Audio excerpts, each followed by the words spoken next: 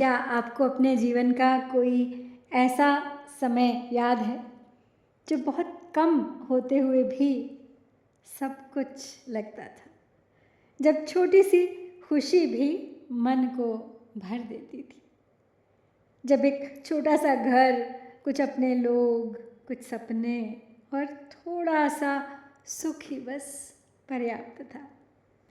फिर समय बदला, दुनिया बड़ी होती चली गई, इच्छाएं बढ़ती चली गई, सुविधाएं भी बढ़ती चली गई, लेकिन क्या संतोष भी बढ़ा?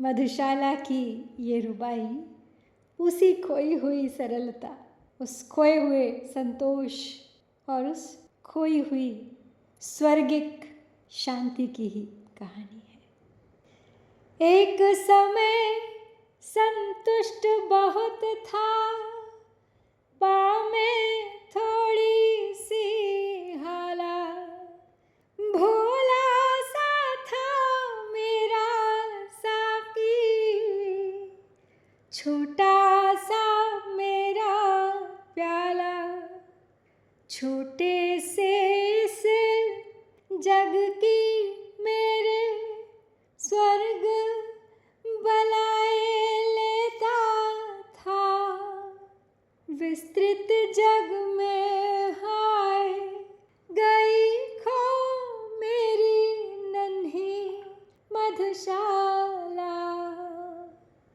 एक समय संतुष्ट बहुत था, पाँव में थोड़ी सी हाला। तो यहाँ पे कवि अतीत की ओर देख रहे हैं, कहते हैं कि वो समय ऐसा था जब थोड़ी सी हाला मिल जाने पर भी मैं संतुष्ट हो जाता था। तो यहाँ हाला केवल मदिरा नहीं है, ये जीवन के छोटे छोटे सुखों का प्रतीक है। थोड़ी सी सफलता, थोड़ा सा प्रेम, थोड़ी सी प्रशंसा, थोड़ी सी उपलब्धि, और उनसे ही मन भर जाता था। बचपन में एक खिलौना भी उत्सव बन जाता था। आज बहुत कुछ होने पर भी मन खाली रहता है। भोला सा था मेरा साकी, छोटा सा मेरा प्याला। तो कवि अपने पुराने संसार का ही चित्र खींच रहे हैं। कहते हैं सब कुछ बड़ा छोटा सा था, सिमटा सा, लेकिन सुंदर सा। साकी भोला था, प्याला छोटा था, यानी संसार सीमित था, लेकिन उसमें अपनापन भरा हुआ था। आज जीवन में सब कुछ बड़ा हो गया है, बड़े सपने, बड़े लक्ष्य, बड़े संसाधन, लेकिन शायद वो नन्हा भोलापन कहीं खो गया इस भीड़ में। छोटे से इस जग की मेरे स्वर्ग बलाएं लेता था। ये बहुत ही सुंदर पंक्ति है। कवि कहते हैं कि मेरा छोटा सा संसार मेरे लिए स्वर्ग से भी अधिक प्रिय था। वो छोटा संसार ही मेरे लिए संपूर्ण ब्रह्मांड था। सुख का संबंध वस्तुओं की संख्या से नहीं होता, सुख का संबंध हमारे मन की स्थिति से होता है। एक छोटा घर भी स्वर्ग बन सकता है और एक बड़ा महल भी कारागार बन सकता है। तो मेरे उस छोटे से घर को कहीं नज़र न लग जाए, स्वर्ग भी उसकी बलैयाँ लेता था, क्योंकि वो स्वर्ग से भी सुंदर एक संसार था मेरा। विस्तृत जग में हाय गई खो मेरी नन्ही मधुशाला। और अब आता है इस पद का दर्द। कवि कहते हैं जब संसार बड़ा हुआ, जब दायरा विस्तृत हुआ, जब महत्वाकांक्षाएं बढ़ी, तब मेरी वो छोटी सी मधुशाला कहीं खो गई। और केवल मधुशाला नहीं खोई, खो गया संतोष, खो गई सरलता, खो गई निष्कपटता, छोटी छोटी चीज़ों में आनंद ढूंढने की क्षमता। तो संतोष और सुख, इन दोनों को आपस में कैसे जोड़ें, बड़ा ही विकट समन्वय है। आधुनिक जीवन हमें सिखाता है अधिक पाओ और अधिक पाओ, अधिक अर्जित करो, अधिक कमाओ, अधिक बचाओ। लेकिन ये पद कहता है कि सुख का संबंध अधिक से नहीं है, सुख का संबंध पर्याप्त से है। जिस दिन मन कह दे कि इतना काफ़ी है, उसी दिन शांति जन्म लेती है। विस्तार हमेशा विकास नहीं होता। हम अक्सर ये समझते हैं कि बड़ा होना ही प्रगति है, लेकिन कभी कभी विस्तार के साथ जटिलता बढ़ती है, चिंता बढ़ती है, प्रतिस्पर्धा बढ़ती है और सरल सुख बस उसी में खो के रह जाते हैं। तो यहाँ इस पद में केवल अतीत की स्मृति नहीं है, बचपन का दर्शन भी है।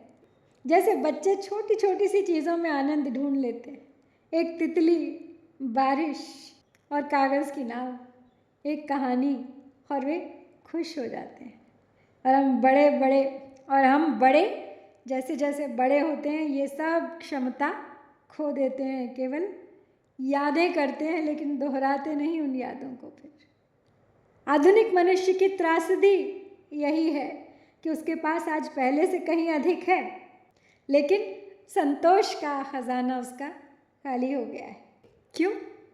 क्योंकि इच्छाएं संसाधनों की अपेक्षा ज़्यादा तेज़ी से बढ़ती हैं, और जब इच्छाएं बढ़ती हैं तो मधुशाला बड़ी नहीं होती, खो जाती है।